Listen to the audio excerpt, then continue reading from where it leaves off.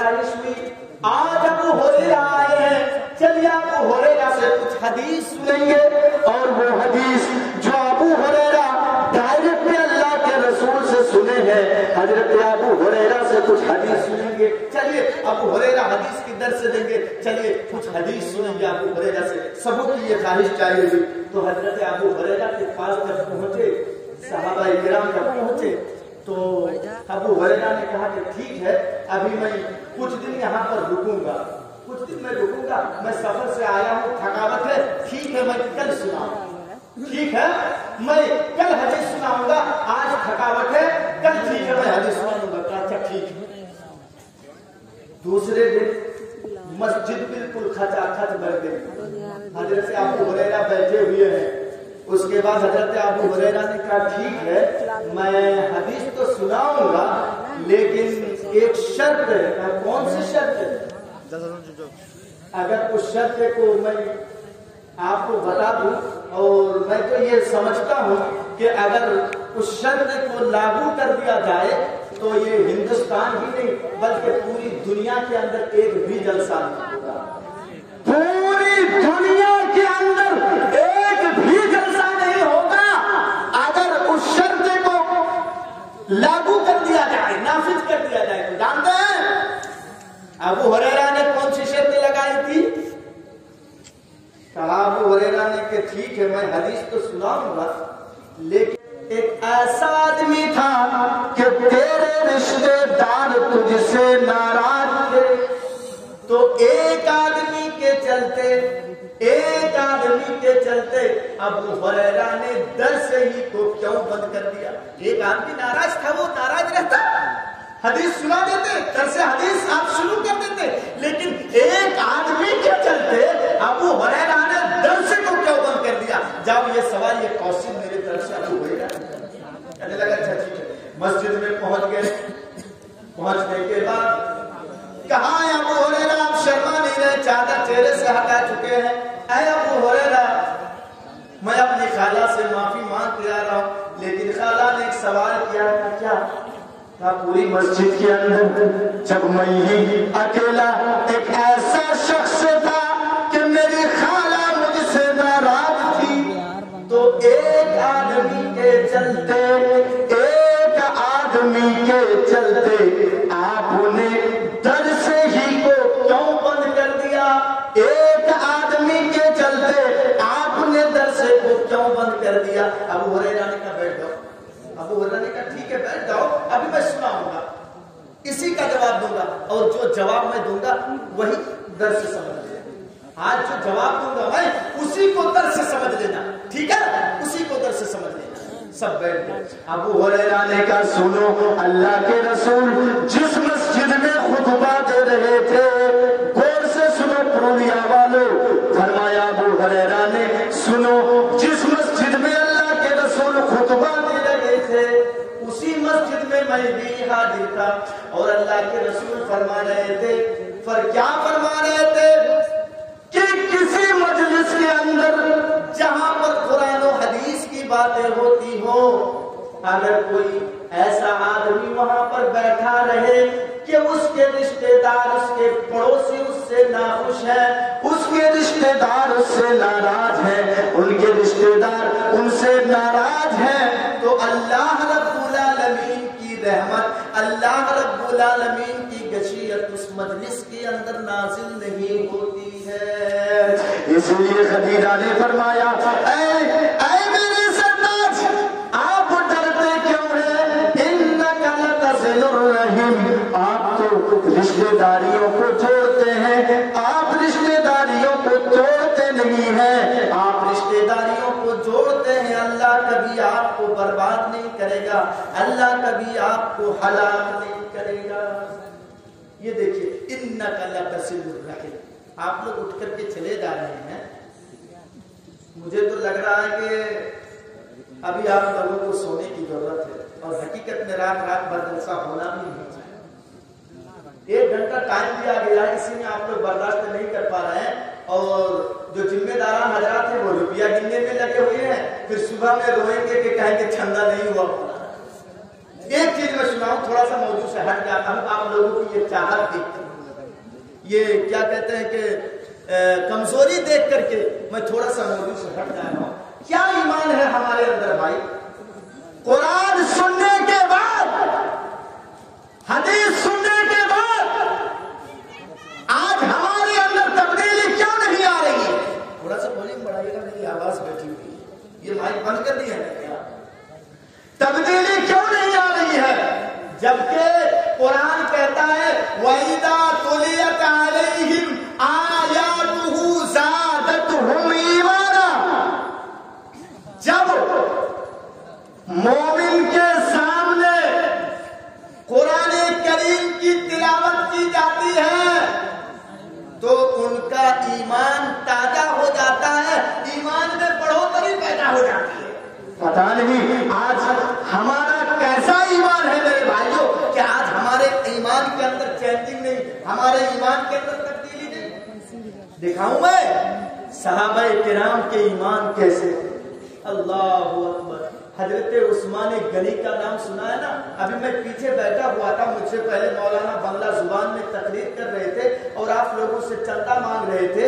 وہ تھے کچھ پیسے والے جو 1-2 ہزار کر کے دے دیے، نہیں تو 500 آواز لگائے مولانا کہ 500 کر کے دیجئے. آپ لوگوں کے جیب سے نہیں نکل رہا. 500 سے 200 میں آ گئے، پھر بھی آپ لوگوں کے جیب سے نہیں نکل رہا. 200 سے 100 میں آ گئے، پھر بھی آپ لوگوں کے جیب سے نہیں نکل رہا. اللہ اکبر.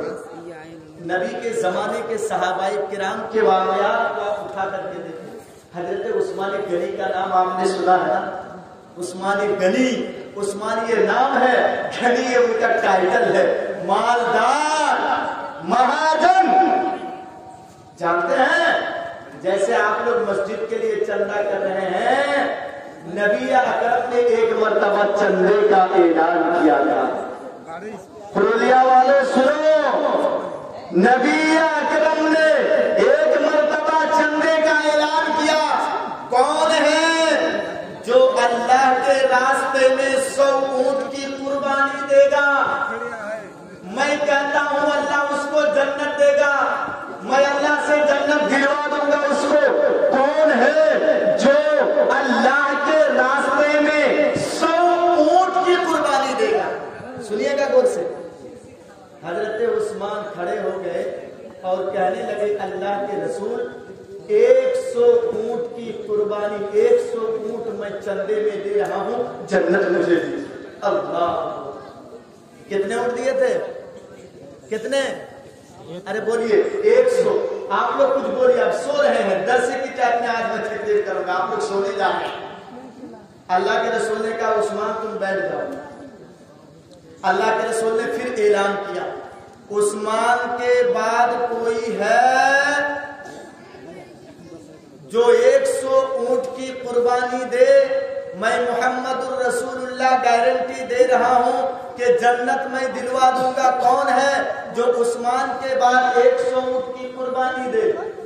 پھر حضرت عثمان اٹھ گئے، کہنے لگے اللہ کے رسول 100 آؤ. اب میں موضوع بدل دیا ہوں کیا آپ لوگوں کی یہ دیکھ کر. حضرت عثمان اٹھ گئے اور اٹھ کر کے کہنے لگے 100 اور دے رہا ہوں اللہ کے رسول. کتنے ہو گئے؟ کتنے ہو گئے؟ 200 اونٹ ہو گئے. اللہ کے رسول نے حضرت عثمان سے کہا عثمان تم بیٹھ جاؤ، تم سے نہیں کہہ رہا ہوں میں، اب کسی دوسرے کو اور موقع دو. دیکھ رہے ہیں جنت کی لالچ، دیکھیے جنت کی لالچ. اللہ کے رسول میں 100 اونٹ دے رہا ہوں، جنت مجھے دلوا دیجیے. یہ جنت کی لالچ دیکھیے. اللہ کے رسول نے پھر کہا عثمان کے بعد کوئی اور ہے جو 100 اونٹ کی قربانی دے دے. پھر حضرت عثمان اٹھ گئے. ارے کسی کو موقع ہی نہیں دے رہے حضرت عثمان. پھر حضرت عثمان اٹھ گئے. اٹھنے کے بعد حضرت عثمان نے کہا اللہ کے رسول 100 آؤ. 100 کتنے ہوئے؟ 300. کتنے بڑے مالدار تھے. اللہ. ایک چیز، ایک نقطہ میں آپ کو سمجھا دوں، جس طریقے سے آج ہم قیمتی چیز ہیرے موتی سونا ان سب چیزوں کو قیمتی سمجھتے ہیں نا، اس وقت میں نبی کے دور میں عرب میں سب سے قیمتی چیز سمجھی جاتی تھی سرخ لال اونٹ. سرخ لال اونٹ